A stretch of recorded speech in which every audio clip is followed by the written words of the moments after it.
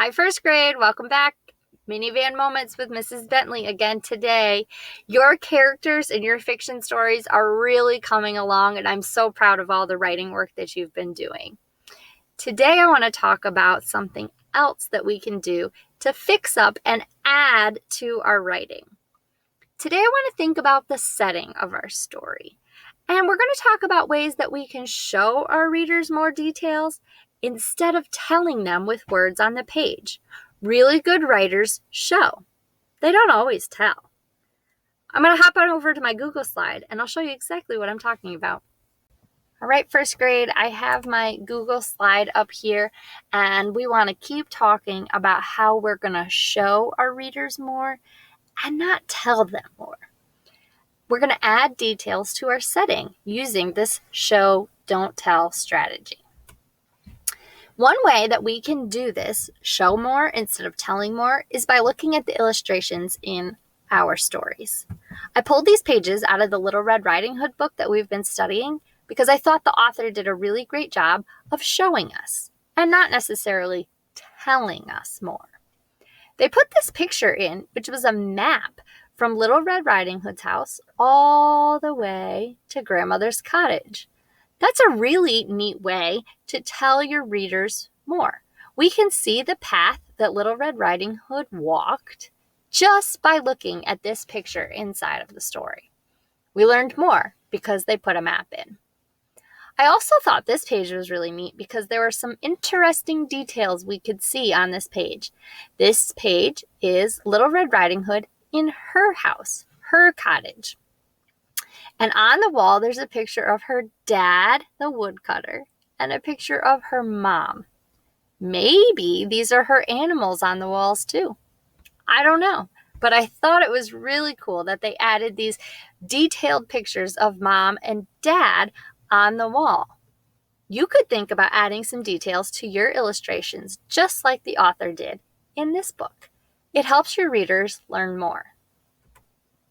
Another way that you can help your readers learn more is by making your characters move. Especially think about the setting of your story. We talked about making our characters move their body the other day, but I want you to think about making your characters move settings today. Move from one place to another. Little Red Riding Hood started in her house, and then she walks through the woods, and then she ends up at Grandmother's cottage. This character moved from one place to another 3 times, 3 different settings of this story. Little Red Riding Hood's house, the woods, Grandmother's cottage. The wolf in this story, another character, he also moves from one place to another.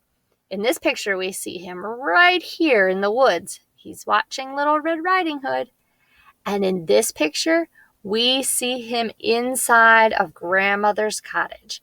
He started in the woods, and he moved to Grandmother's cottage. Does your story have more than one setting? Does it start in one place and move to another? It's a really great strategy to think about adding more detail to your story by having the setting change. I also thought this picture was funny. In Grandmother's cottage, there's a picture of Little Red Riding Hood on the wall. Isn't that so cute? I loved that. I used my Sandy story as an example too. Sandy moves from one location to another in our story. She starts off in her yard, then she walks into the woods. I made sure to put a label on it so everyone would know Mrs. Bentley's terrible drawings are the woods. Okay? And then she's still walking through the woods, but at the end of the story, she ends up back in her yard. So Sandy moves from one place, the yard, to the woods, and then back to the yard again. Sandy moves from one place to another.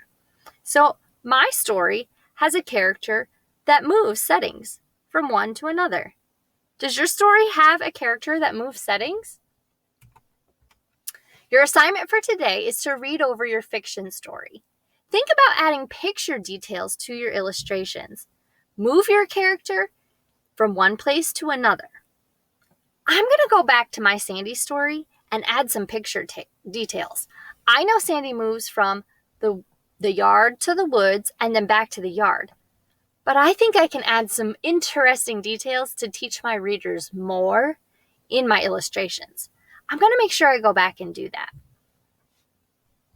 All right, first grade, get to writing, off you go, and we can't wait to see the pictures of the new writing that you turn in on Google Classroom.